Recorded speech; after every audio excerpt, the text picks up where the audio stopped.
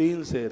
जैसे स्वयंभू कोई शिवलिंग है, जैसे बटेश्वर नाथ है, गोपेश्वर नाथ है, भूतेश्वर नाथ है, ये स्वयंभू है। 12 ज्योतिर्लिंग देवताओं के द्वारा प्रकट है, इसलिए इनके लिए 3 शेर नैवेद्य। केला चढ़ाओ तो 3 शेर, और भी कोई चीज चढ़ाओ तो 3 शेर की बहुत बड़ी महिमा है।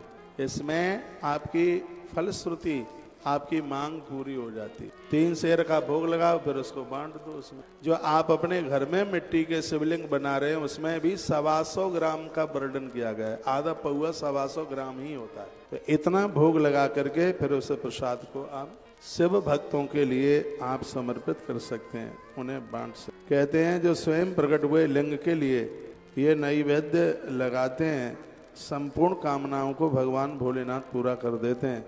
किसी भी चीज की कहीं कोई कमी नहीं रहती। द्वादशांगुलमायायम द्विगुणम च ततोधिकम।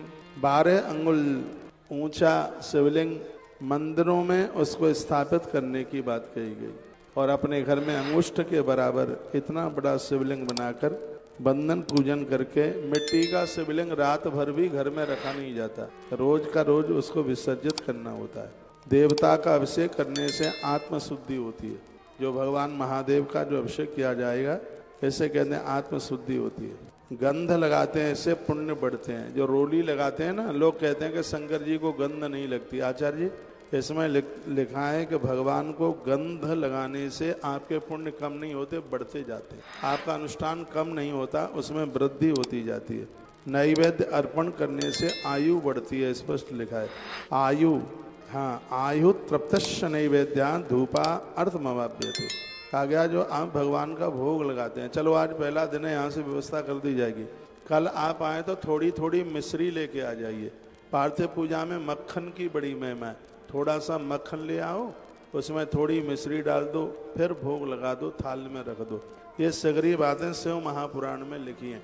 कहते हैं कि पार्थिव पूजा में मक्खन का भोग लगाने से घर की सभी कलहता, झगड़े झगड़े समाप्त हो जाते हैं, घर में आनंद की नदी बहती है।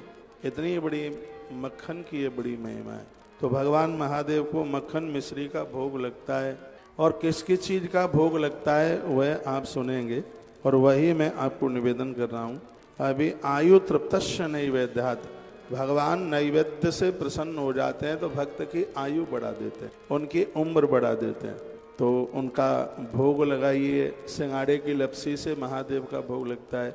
समा के चावल बनाकर उससे महादेव का भोग लगता है।